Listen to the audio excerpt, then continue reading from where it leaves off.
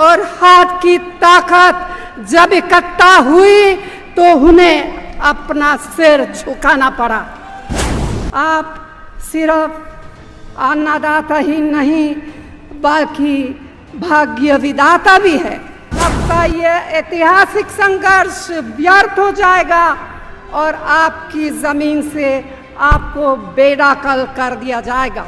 Doctor Manmohan Singh ji के नेतृत्व में हमारी यूपीए सरकार ने, जब आप कर्ज की चपेट में थे, न केवल 72,000 करोड़ का कर्ज माफ किया, आपको हर मदद पहुंचाने के लिए कोई कसर नहीं छोड़ा।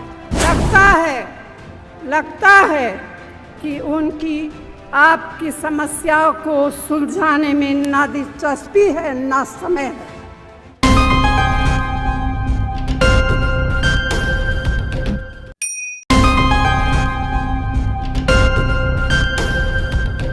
हल और हाथ की ताकत जब इकट्ठा हुई तो उन्हें अपना सिर झुकाना पड़ा।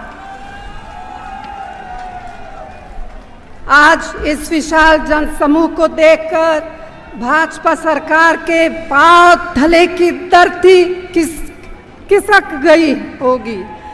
दिन रात मेहनत मजदूरी करते हैं, आप ही हम सब की ज़रूरतें पूरी करने के लिए अपना खून पसीना बहाते हैं। आप सिर्फ अन्नदाता ही नहीं बल्कि भाग्य विधाता भी है। भले ही लड़ाई अभी खत्म नहीं हुई है। लड़ाई का मैदान अब दिल्ली से हटकर प्रदेशों में चला गया है। आपका यह ऐतिहासिक संघर्ष व्यर्थ हो जाएगा और आपकी जमीन से आपको बेदखल कर दिया जाएगा। भाइयों और बहनों, ये तो बात हुई जमीन अधिकारण कानून में बदलाव की, लेकिन जब से मोदी सरकार सत्ता में आए हैं, किसान भारी संकट के दौर से गुजर रहे हैं। उनकी आर्थिक स्थिति दिन ब दिन दयनीय होती जा रही है। हमारे देश का कोई प्रदेश ऐसा नहीं है जहां हमारे किसान और हमारे खेत मजदूर तकलीफों का सामना न कर रहे हों। कहीं सूखा तो कहीं बाढ़, कहीं पानी नहीं मिल रहा है तो कहीं बिजली, कहीं बीज नहीं मिल रहे हैं तो कहीं खाद।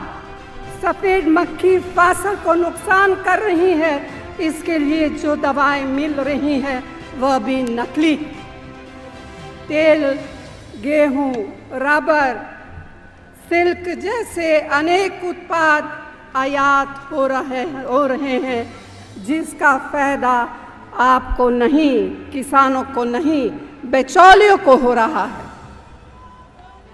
रोजमर्रा की जरूरत की चीजें के दाम आसमान छू रहे हैं और हमारी प्यारी बहनों को घर चलाना कितना कठिन हो गया है। इन सारी समस्याओं के लिए कौन जिम्मेदार है? मैं पूछना चाहती हूँ, कौन जिम्मेदार है?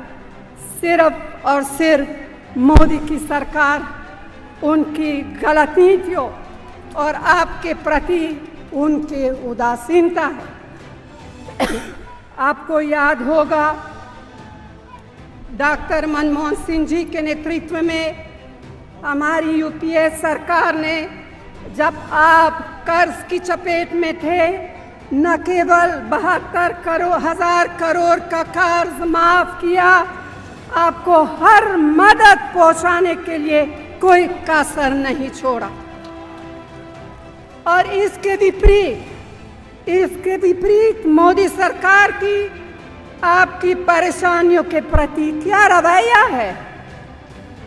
आपकी सहायता कर है 40,000 करोड़ का टैक्स बेनिफिट दे रहे हैं।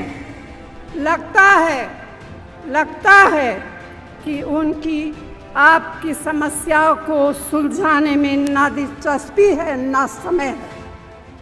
उनकी दिलचस्पी और घंटों का समय है तो उद्योगपतियों के लिए है, उनकी शिकायतों को सुनने के लिए है। हाँ, विदेश यात्रा के लिए भी खूब दिलचस्पी है, खूब समय है और खूब पैसे हैं। मोदी जी,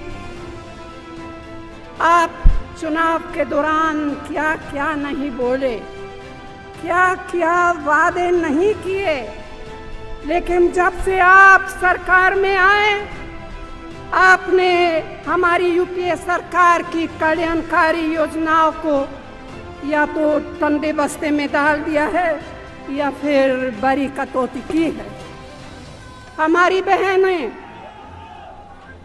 बहनें जिनकी गोद में देश की भविष्य पलता है, उनके कार्यक्रमों में भी आपने कटौती कर दी है। आपने शिक्षा और स्वास्थ्य क्षेत्र को भी नहीं बख्शा। देश का युवा रोजगार की तलाश में भटक रहा है। क्या हुआ आपके वादे का जो नौजवानों को रोजगार देने का था? क्या हुआ? लगता है कि आज आपने अपनी आंख और कान बंद कर दिए हैं। तो भाइयों और बहनों, मोदी सरकार हर क्षेत्र में विफल रही है। अपनी विफलता को छिपाने के लिए प्रधानमंत्री कांग्रेस को बार बार दोषी ठहराते हैं और विकास के रास्ते में बाधा मानते हैं। मुझे उनके ऐसे कथन पर हंसी भी आती है और दया भी। मैं उनसे पूछना चाहती हूँ कि उनकी विचारधारा के साथी कहाँ थे वे लोग जब आजादी का आंदोलन चल रहा था? एक पार्टी जिसने आजादी की लड़ाई लड़ी, कुर्बानियां दी। हाँ, जब भी वे जनता की परेशानियों को नहीं सुनेंगे,